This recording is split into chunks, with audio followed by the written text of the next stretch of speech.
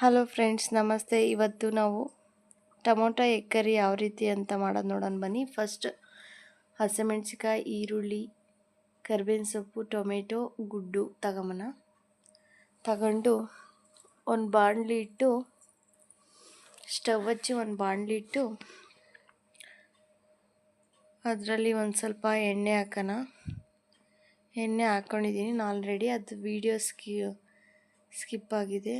First ಸಾಸಿವೆ ಜೀರಿಗೆ ಹಾಕೋಣ. ಅದು ಚೆನ್ನಾಗಿ ಚಿಟಪಟ ಅಂದಿದ್ಮೇಲೆ ಒಂದು ಸ್ವಲ್ಪ ಈರುಳ್ಳಿ ಹಾಕ್ಬಿಟ್ಟು ಚೆನ್ನಾಗಿ ಮಿಕ್ಸ್ ಮಾಡ್ಕೊಳ್ಳೋಣ. ಮಿಕ್ಸ್ ಮಾಡ್ಕೊಂಡಿದ್ಮೇಲೆ ಕರಿಬೇವಿನ ಸೊಪ್ಪು ಹಾಕೋಣ. ಕರಿಬೇವಿನ ಸೊಪ್ಪು ಹಾಕಿ ಚೆನ್ನಾಗಿ ಮಿಕ್ಸ್ ಮಾಡೋಣ. ಮಿಕ್ಸ್ ಮಾಡಿ ಒಂದು ಸ್ವಲ್ಪ ಹೊತ್ತು ಬೇಯಕ್ಕೆ ಬಿಡೋಣ. ಈರುಳ್ಳಿ ಚೆನ್ನಾಗಿ ಬೇಯಲಿ, ಕೆಂಪಗಾಗೋ ರೀತಿ. ಆ ಥರ ಬೇಯ್ದ್ರೇ ಚೆನ್ನಾಗಿರೋದು. ನೆಕ್ಸ್ಟ್ ಒಂದು ಸ್ವಲ್ಪ ಹಸಿಮೆಣ್ಸಿಕಾಯಿ ಹಾಕೋಣ. ಹಚ್ಕೊಂಡಿರೋ ಹಸಿಮೆಣ್ಸಿಕಾಯಿ ಅದು ಒಂದು ಸ್ವಲ್ಪ ಮಿಕ್ಸ್ ಮಾಡೋಣ. ಅದಾಗಿದ್ಮೇಲೆ ಒಂದು ಸ್ವಲ್ಪ ಉಪ್ಪು ಹಾಕಬೇಕು. ಉಪ್ಪು ಹಾಕಿದ್ರೆ ಚೆನ್ನಾಗಿ ಈರುಳ್ಳಿ ಬೇಯುತ್ತೆ.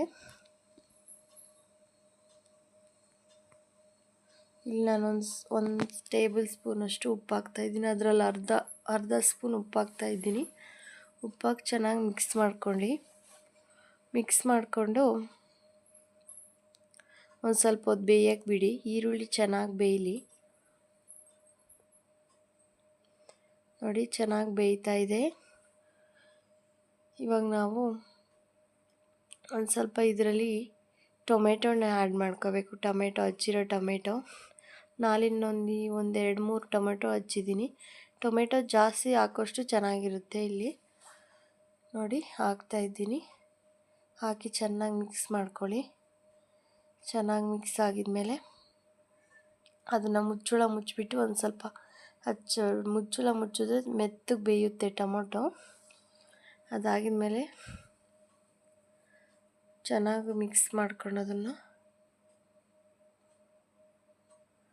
ಅದಕ್ಕೊಂದು ಸ್ವಲ್ಪ ಇವಾಗ ಒಂದು ಗ್ಲಾಸ್ ಅರ್ಧವಷ್ಟು ನೀರು ಹಾಕೋಣ. ಖಾರದ ಪುಡಿ ಹಾಕಿದ್ದೀನಿ,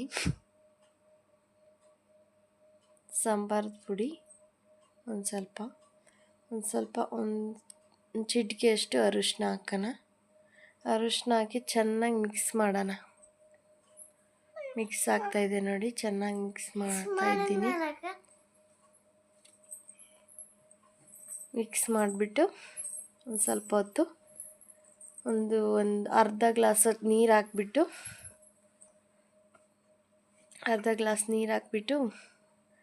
ಕ್ಯಾಪ್ ಮುಚ್ಚಿ ಒಂದು ಸ್ವಲ್ಪ ಹೊತ್ತು ಬೇಯಕ್ಕೆ ಬಿಡೋಣ. ನೋಡಿ, ನೀರು ಹಾಕಿದ್ದೀನಿ, ಚೆನ್ನಾಗಿ ಬೇಯ್ತಾ ಇದೆ.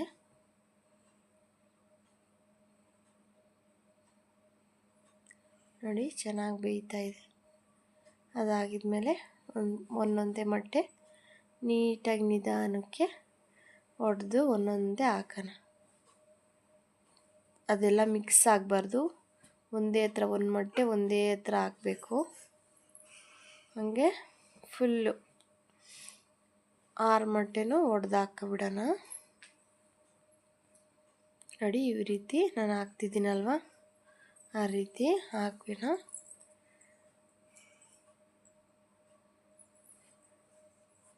ಹಾಕಿದ ತಕ್ಷಣ ಸ್ಪೂನ್ ಇಕ್ಬಿಟ್ಟು ಎಲ್ಲ ಇದನ್ನು ಮಾಡಬಾರ್ದು. ಅದು ಹಂಗೆ ಬಿಟ್ಟು ನಿಧಾನಕ್ಕೆ ಯಾವ ಕಡೆ ಮೊಟ್ಟೆ ಹಾಕಿಲ್ವೋ ಆ ಕಡೆ ಹಾಕಬೇಕು. ಒಂದ್ರ ಮೇಲೆ ಒಂದು ಹಾಕಿದ್ರೆ ಚೆನ್ನಾಗಿರಲ್ಲ. ನೋಡಿ, ಈ ರೀತಿ ಹಾಕ್ಬಿಟ್ಟು ನೆಕ್ಸ್ಟ್ ನಾವು ಪ್ಲೇಟ್ನ ಬಾಯಿ ಮುಚ್ಚಿಬಿಡೋಣ. ಇದ್ರದ್ದು ಬಾಯಿ ಮುಚ್ಚಿ ಒಂದು 10 ನಿಮಿಷ ಚೆನ್ನಾಗಿ ಲೋ ಫ್ಲೇಮಲ್ಲಿ ಚೆನ್ನಾಗಿ ಕುದಿಸ್ಕೊಂಡಾಗಿದ್ಮೇಲೆ ನೋಡಿ, ಈ ರೀತಿ ಒಳಗಡೆ ಎಲ್ಲ ಮೇಲೂ ಎಲ್ಲ ಬೆಂದಿದೆ. ಅದು ನಿಧಾನಕ್ಕೆ ಈ ಥರ ನಾವು ತಿರುವಾಕಬೇಕು. ನೋಡಿ, ಈ ರೀತಿ ನಿಧಾನಕ್ಕೆ ತಿರುವಾಕೊಳ್ಳಿ. ಅದೆಲ್ಲ ಮಿಕ್ಸ್ ಮಾಡ್ದಂಗೆ ನಿಧಾನಕ್ಕೆ ತಿರುವಾಕೊಳ್ಳಿ.